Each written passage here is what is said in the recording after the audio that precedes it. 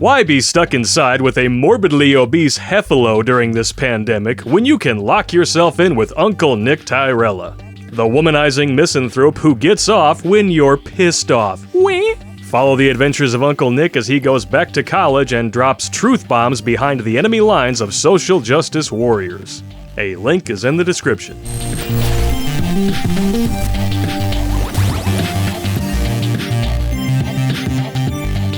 What's up, my unofficial clan members?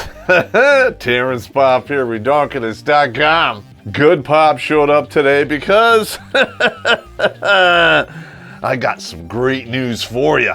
You don't have to go to college. Save your money, hide your wallet. Hide your kids, hide your wife, and hide your husband because they raping everybody out here. If I am living proof that anyone can publish a book, or 3, make Listexia great again, winning? No. If I'm proof of that, then Dr. Robin DiAngelo is living proof that education, it don't make you smart. When you can get a doctorate in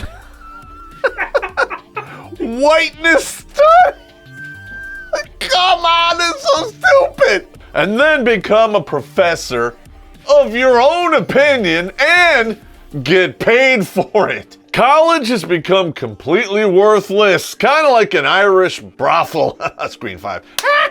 Sounds like a great idea, till you actually go inside to spend your money, and then once that cloud of Guinness clears, you realize that you've been had by a bunch of disgusting ditch pigs selling diseased bullshit no one wants. This woman elevates virtue signaling and stupidity to an art form. White fragility, why it's so hard to talk to white people about racism. Holy shit, bro. Women like this are why booze was invented.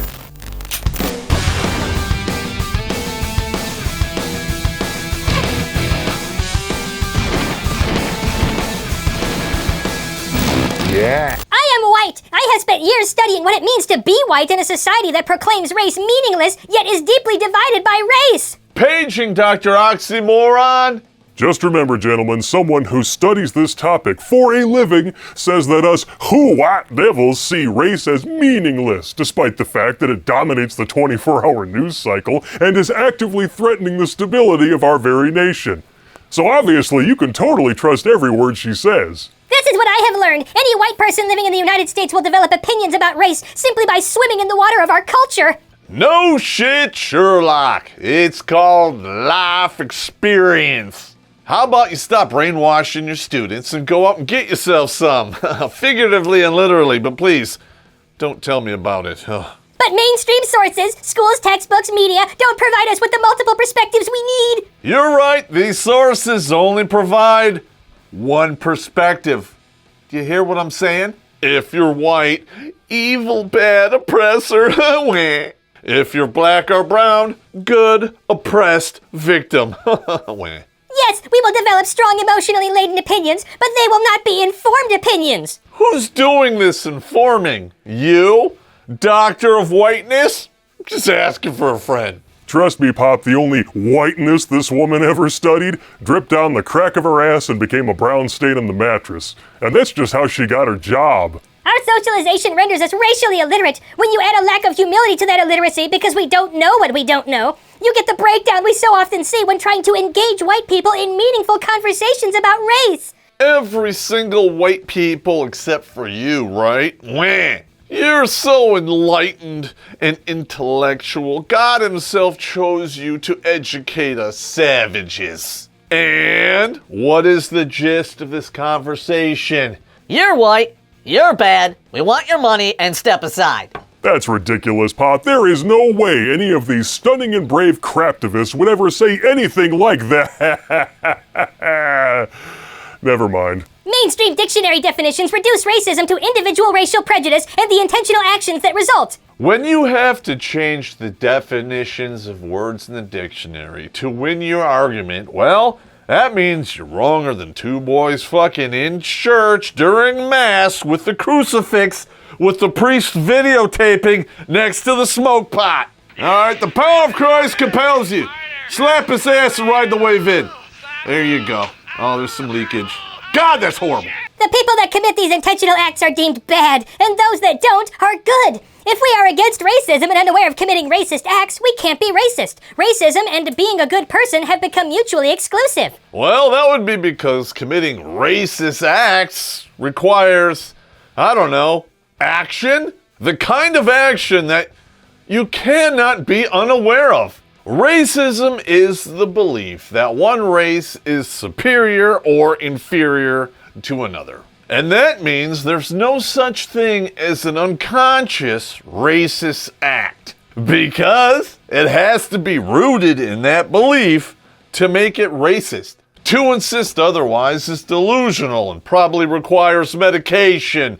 Statistically speaking, you're probably already on it. But please do yourself, me, and everyone else a favor. Go back to the doctor and have them up your dose. But this definition does little to explain how racial hierarchies are consistently reproduced. Racial hierarchies cannot be consistently reproduced, period. Because different countries have different dominant cultures. Social scientists understand racism as a multidimensional and highly adaptive system. A system that ensures an unequal distribution of resources between racial groups. You mean like affirmative action? Space Ghost.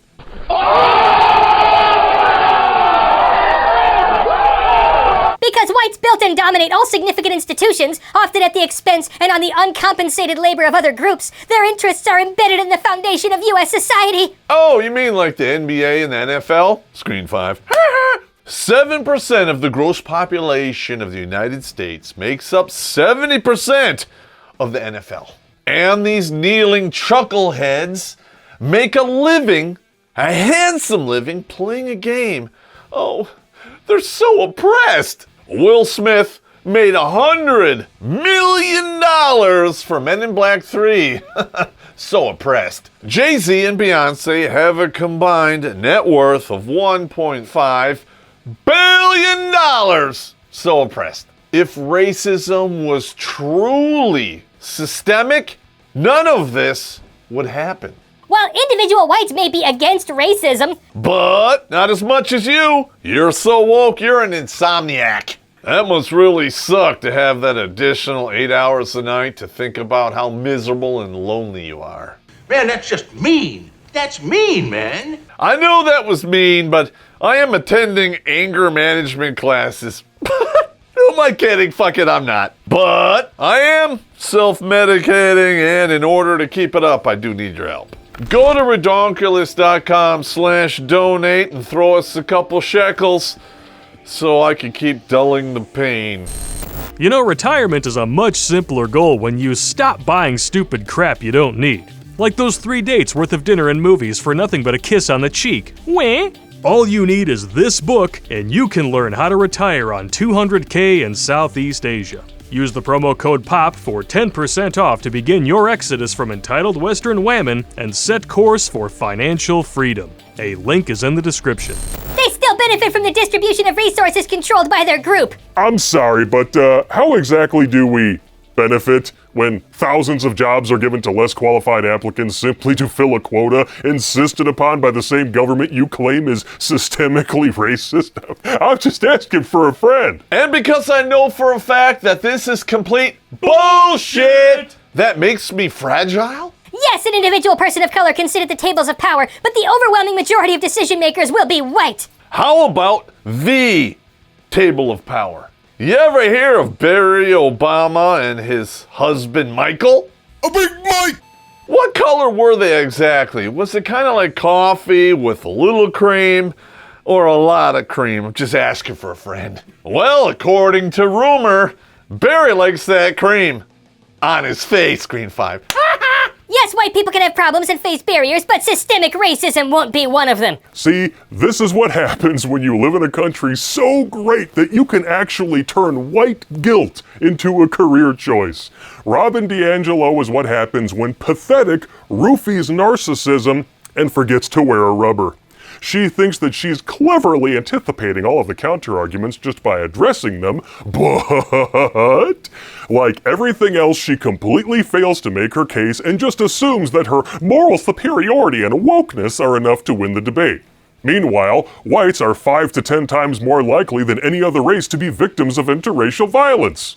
You don't hear about that shit, do ya? And why? Because the same racist systemic institution that they control doesn't give a flying fuck about them. Please explain to me, using actual facts and sources, how that makes any sense. This distinction between individual prejudice and a system of unequal institutionalized racial power is fundamental. I'm sorry, how? You're not even gonna try to prove that, are you? This systemic and institutional control allows those of us who are white in North America to live in a social environment that protects and insulates us from race-based stress. It's amazing. This control is so endemic that she doesn't actually have to prove it exists. Look, I know your big problem with facts is that they have to be true, so I guess it's only a matter of time before you change that word in the dictionary too. Where? We have organized society to reproduce and reinforce our racial interests and perspectives. Well, if that were true, then the wealthiest ethnicities in America would all be white. But in reality, they take only 3 of the top 10 spots. Put that in your liver spots and smoke it, you mewling quim. Further, we are centered in all matters deemed normal, universal, benign, neutral, and good. Thus, we move through a wholly racialized world with an unracialized identity. E.g., white people can represent all of humanity. People of color can only represent their racial selves. If I was to even consider taking this woman at her word, I would have one question. And that question is simply this. You ready? How? You prove that, and I'll drink myself into an unconscious stupor on camera. There would be no other course left because that would be the death of hope. Challenges to this identity become highly stressful and even intolerable. Could it be that people get pissed off when you talk to them like this? Because you're a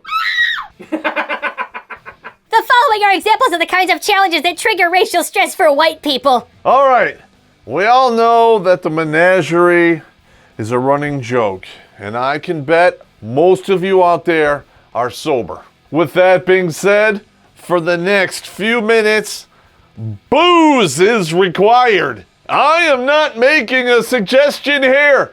It is a prescription for your own safety. Suggesting that a white person's viewpoint comes from a racialized frame of reference. So you're taking something that's innate to everyone and calling it racist because you want to justify your existence and your pay.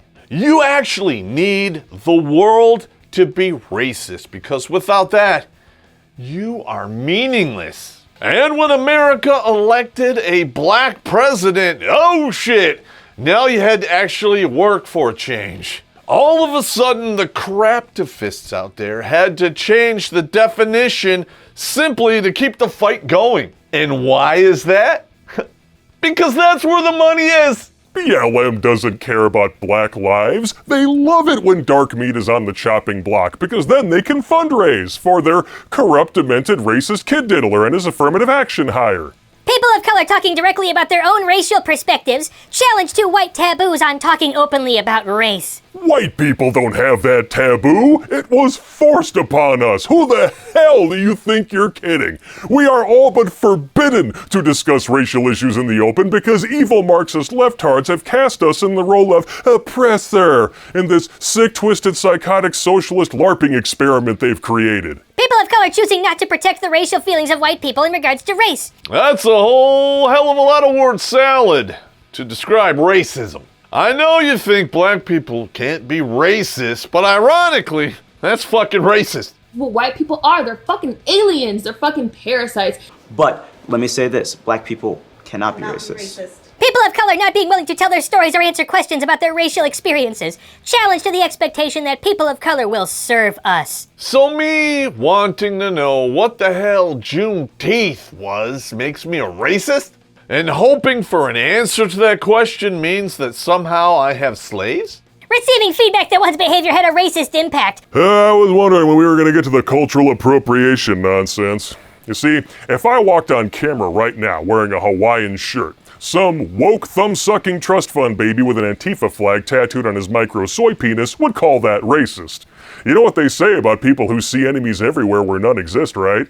suggesting that group membership is significant. Because only a racist will insist that someone's skin color is their identity. Only a racist believes that melanin equals destiny. So basically, Dr. Whitey, you're a racist! Congratulations. Being presented with a person of color in a position of leadership, challenge to white authority. I've let many women of color be in a position of leadership over me. It's called cowgirl. Oh yeah, that's the reason anyone ever trash-talked your liberal messiah. It couldn't be systemic corruption or crimes against humanity, right? Wah. Couldn't possibly be the illegal gun-running operation that resulted in innumerable deaths. Or weaponizing the IRS or the FBI against his political opponents. Nope. It's gotta be racist, and his husband has a big dick. The world does not cater to intelligent people. It revolves around the lowest common denominator. And that's why most humans are easily manipulated sheeple who will put up with anything as long as they get their lard-fried burgers from a hole in the wall, free porn, and 2-day shipping. Curse of the High IQ dives into what it's like having your mind held hostage by boring idiots in the rat race of humanity. The cheese is in the description. Being presented with information about other racial groups through, for example, movies in which people of color drive the action but are not in stereotypical roles, or multicultural education, challenge to white centrality. Oh yeah, that explains why Black Panther totally bombed at the box office, right? Oh, that's right, I forgot. It made over $1 billion and was nominated for Best Picture, despite the fact that special effects sucked diarrhea from an asshole fountain. And multicultural education has been an epic failure everywhere it has been tried. Just ask the Swedes about the grapefruit gangs and the no-go zones. Not often encountering these challenges, we withdraw, defend, cry, argue, minimize, ignore, and in other ways push back to regain our racial position and equilibrium. I term that pushback white fragility. Well, that's one way to impotently try to flip the script on people who call you out for being exactly what you are. A stone-cold, lying, manipulative, self-righteous sack of worthless, racist, profiteering trash. How's that working out for you? This concept came out of my ongoing experience leading discussions on race, racism, white privilege, and white supremacy with primarily white audiences. It became clear over time that white people have extremely low thresholds for enduring any discomfort associated with challenges to our racial worldviews. So the vacuous, insipid bigot pushing provably false nihilistic dogma that disparages an entire race pisses people off? Who knew? We can manage the first round of challenge by ending the discussion through platitudes, usually something that starts with, people just need to, or race doesn't really have any meaning to me, or everybody's racist. Scratch any further on that surface, however, and we fall apart. Now listen, I'm just asking for a friend here, but what exactly is your end game? Are you hoping for a rough night in with Tyrone Thundercock? I don't know if you know this, lady, but we all splooge the same color. I hope that's not triggering to you, because Tyrone's been saving it up, if you know what I mean. You jerk that cum crayon, he's gonna color you so white, you'll shit swastikas. Socialized into a deeply internalized sense of superiority and entitlement that we are either not consciously aware of or can never admit to ourselves, we become highly fragile in conversations about race. You see what you're doing here, right? You're projecting. Doesn't it make you feel better? You are so conceited and narcissistic, you actually see yourself above us. And when somebody comes along and calls you out for your bullshit, the rationalization hamster comes out and away we go. Every white person who disagreed with your woke nonsense, they're just fragile, emotional, and uneducated, right? Wah! We experience a challenge to our racial worldview as a challenge to our very identities as good, moral people. It also challenges our sense of rightful place in the hierarchy. Thus, we perceive any attempt to connect us to this system of racism as a very unsettling and unfair moral offense. You will never be able to convince me to take punishment for a crime I never committed. Pound sand all the way up to the third knuckle. And I certainly will never apologize to someone who is not a victim. No one in this country alive owns slaves, unless you're a Clinton. Screen 5. The The following patterns make it difficult for white people to understand racism as a system and lead to the dynamics of white fragility. While they do not apply to every white person, they are well documented overall. So is Lord of the Rings, and they're not giving out degrees for that, you goddamn... Segregation. Oh yeah, segregation. That's such a white people thing, am I right? In fact, it's so white, the only people asking for it now in 2020 are black. The good-bad binary. What the hell does that mean? Am I drunk? Am I drunk, Blake? Yes. Although racism does, of course, occur in individual acts, these acts are part of a larger system that we all participate in. The focus on individual instances prevents the analysis that is necessary in order to challenge this larger system. We simply do not understand how socialization and implicit bias work. Blake, What? that passage gave me a migraine. I feel like I'm that dude in Scanners.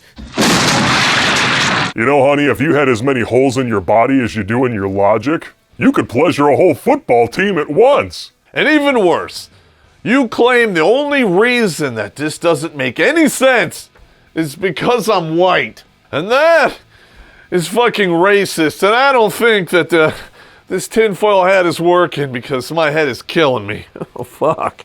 Individualism. And yes, heaven forbid, we judge someone for the content of their character and not for the color of their skin. Somebody really wise and awesome said something like that once. Entitlement to racial comfort. How about this instead? The day when a bunch of guys who look and think like me set the country on fire and murder a few dozen people, and Hollywood celebrities put up my bail while a bunch of Soros-appointed lawyers cut us all loose with no jail time, then we'll talk about entitlement to racial comfort. Until that day, why don't you do us all a favor and go back to the glory hole that you crawled out of? Where? Most whites have a very limited understanding of racism because we have not been trained to think in complex ways about it, and because it benefits white dominance not to do so. Yet, we have no compunction about debating the knowledge of people who have thought complexly about race. You're talking about yourself again, aren't you? Oh my God.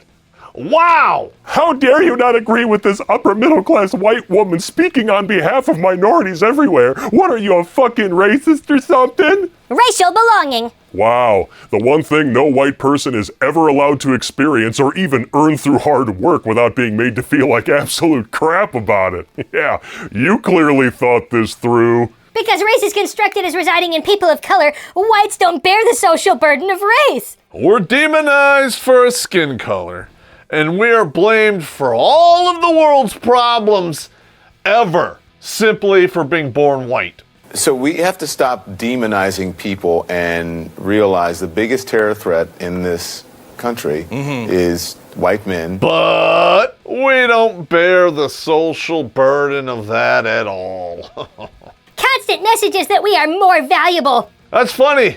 You would think someone who works in a school would take some time to look at the goddamn walls. Whites, white men especially, are never targeted for positive messages. It's always minorities and women. These privileges and white fragility that results prevent us from listening to or comprehending the perspectives of people of color and bridging cross-racial divides. The antidote to white fragility is ongoing and lifelong and includes sustained engagement, humility, and education. In other words, listen to me. Wah. And if you think that's not what this is about, you just wait. I have a much deeper and more complex understanding of how society works. I can challenge much more racism in my daily life, and I have developed cherished and fulfilling cross-racial friendships I did not have before. Oh my God, I cannot wait to see this walk on water. Space Ghost. Talk about delusions of grandeur, baby. You nailed it. Dr. Robin DiAngelo spent hundreds of her words and thousands of our brain cells for one reason and one reason only. She wants the entire world of evil who-whiteys out there to know she's better than you. Yeah, I'm fucking better than you. Because there is no one with a more profound and deeply rooted sense of entitlement than an overeducated, underlaid, miserable, lonely wage gap enthusiast who figured out too late that everything she ever believed was a lie. Weh? And instead of accepting that and trying to scrounge together what life she has left, Miss DiAngelo decided to double down and drag other easily manipulated morons into the pit of despair along with her. To call her behavior repugnant wouldn't even scratch the surface of just how vile and disgusting it is to devote a lifetime to making white kids hate themselves and make them feel like they should apologize for everything they earned. I award you no points, and may God have mercy on your soul. With that being said, I'm going to quote your last boyfriend. I'm done with you. Go away.